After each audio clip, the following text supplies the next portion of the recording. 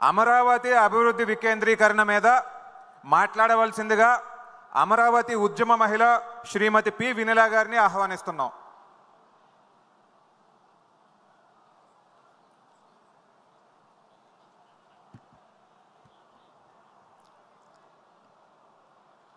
ఆంధ్రప్రదేశ్ ముఖ్యమంత్రి వర్యులు గౌరవనీయులు శ్రీ నారా చంద్రబాబు నాయుడు గారికి, తెలుగుదేశం పార్టీ జాతీయ ప్రధాన కార్యదర్శి, యువనేత, మంత్రివర్యులైనటువంటి నారా లోకేష్ గారికి, వేదిక మీద ఉన్నటువంటి పెద్దలందరికీ, ముఖ్యంగా పసుపు కుటుంబ సభ్యులందరికీ నా హృదయపూర్వక నమస్కారాలు.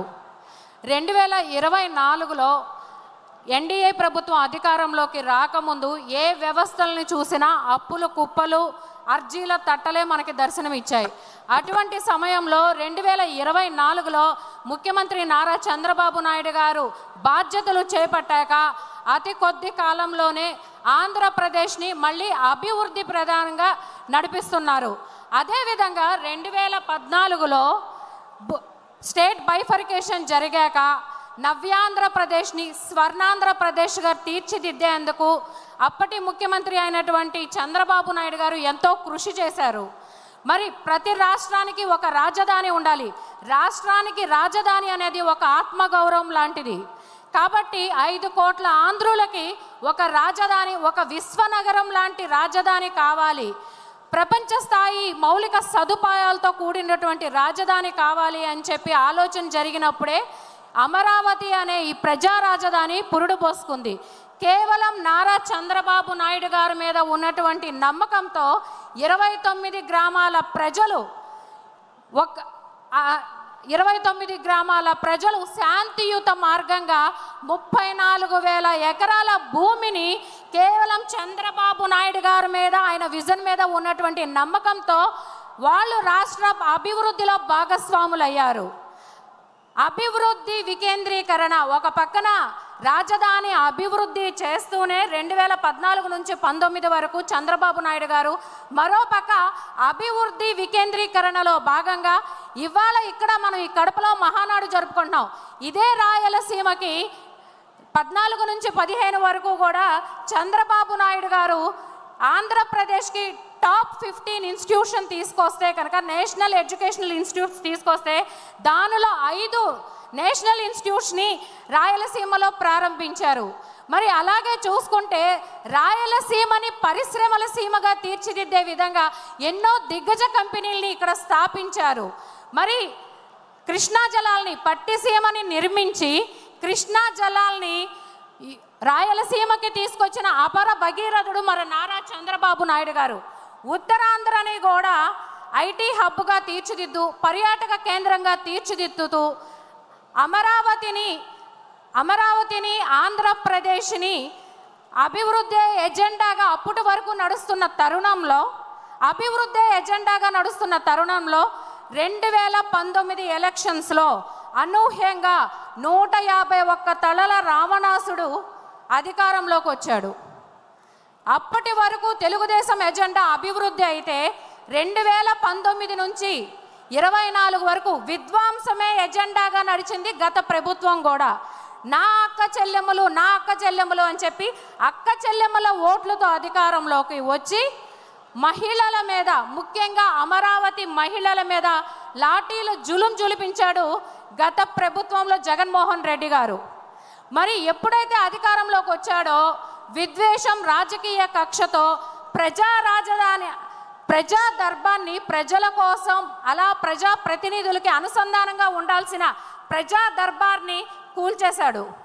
నేను స్వాగతిస్తున్నాను అమరావతి రాజధానిగా ఉండటానికి అని చెప్పి అసెంబ్లీ, దేవాలయం లాంటి అసెంబ్లీలో ఆ రోజున మాటిచ్చి తీరా అధికారంలోకి వచ్చి డిసెంబర్ 17, 2019లో 3 రాజధానులు అని చెప్పి రాష్ట్రాన్ని 3 ముక్కలు ఆడిన వ్యక్తి జగన్మోహన్ రెడ్డి.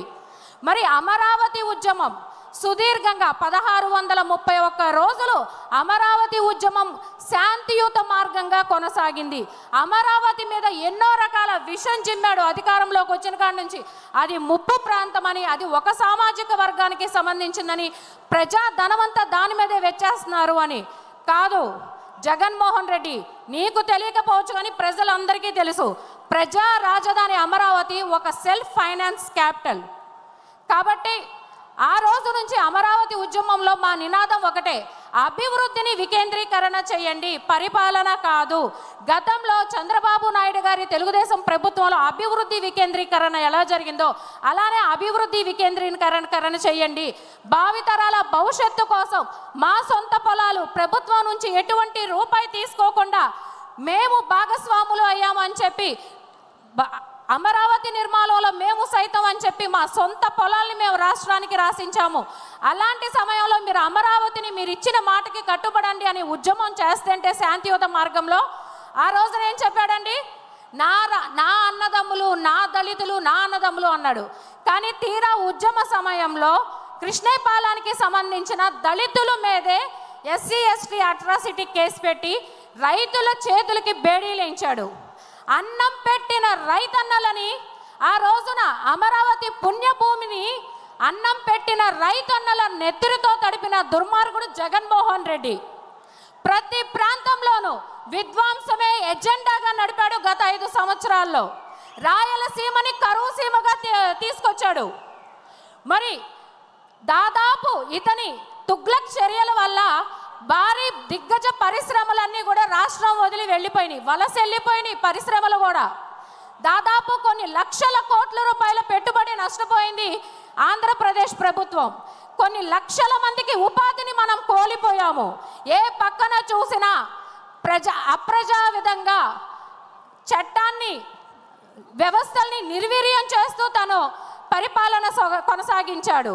కానీ ఆ రోజున ప్రచారంలో చంద్రబాబు నాయుడు గారు ఒక మాట చెప్పారు, నువ్వు జగన్మోహన్ రెడ్డి, నువ్వు పేదల బిడ్డవి కాదు, ఆంధ్రప్రదేశ్కి క్యాన్సర్ గడ్డవి అని. 2024 సంవత్సరంలో మే 13వ తారీఖున ఆంధ్రప్రదేశ్ ప్రజలు ఎప్పుడూ చాలా చైతన్యవంతులు.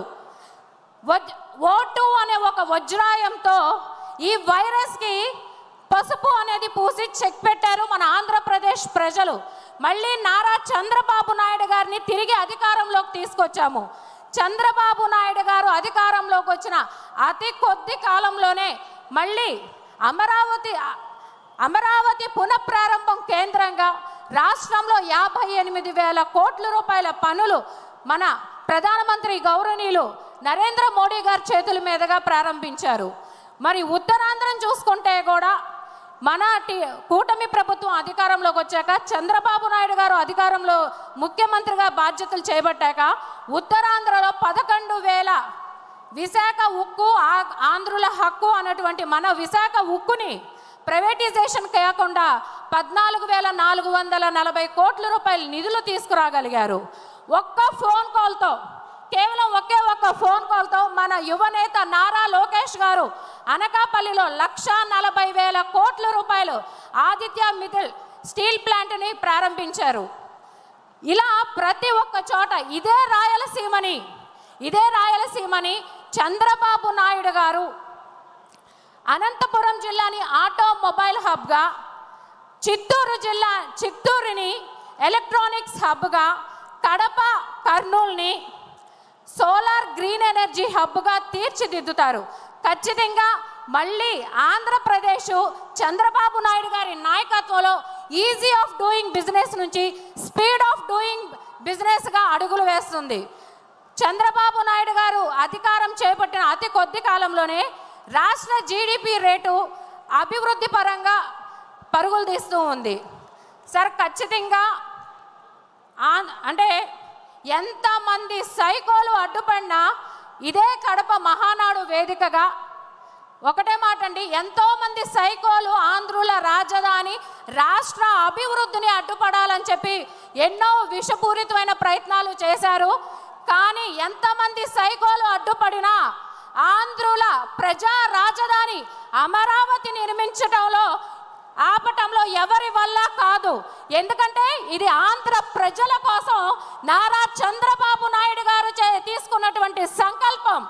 ఆనాడు దేవతల రాజధాని నిర్మించింది ఆ దేవేంద్రుడు అయితే, ఈరోజు ఈ ఆంధ్రుల 5 కోట్ల ఆంధ్రుల భావితరాల భవిష్యత్తు కోసం మన విశ్వనగరమైనటువంటి అమరావతిని నిర్మించేది మన నిత్య శ్రామికుడు మన విజనరీ లీడర్ అయినటువంటి నారా చంద్రబాబు నాయుడు గారు మాత్రమే. సూర్యచంద్రులు ఉన్నంతకాలం తెలుగువారు గుండెల్లో నారా చంద్రబాబు నాయుడు గారి స్థాయి చిరస్థాయిగా నిలిచిపోతుంది అని చెప్పి ఈ సభాముఖంగా తెలియజేసుకుంటున్నాను. ఈ అవకాశం నాకు ఇచ్చినటువంటి పెద్దలందరికీ కూడా నా హృదయపూర్వక ధన్యవాదాలు.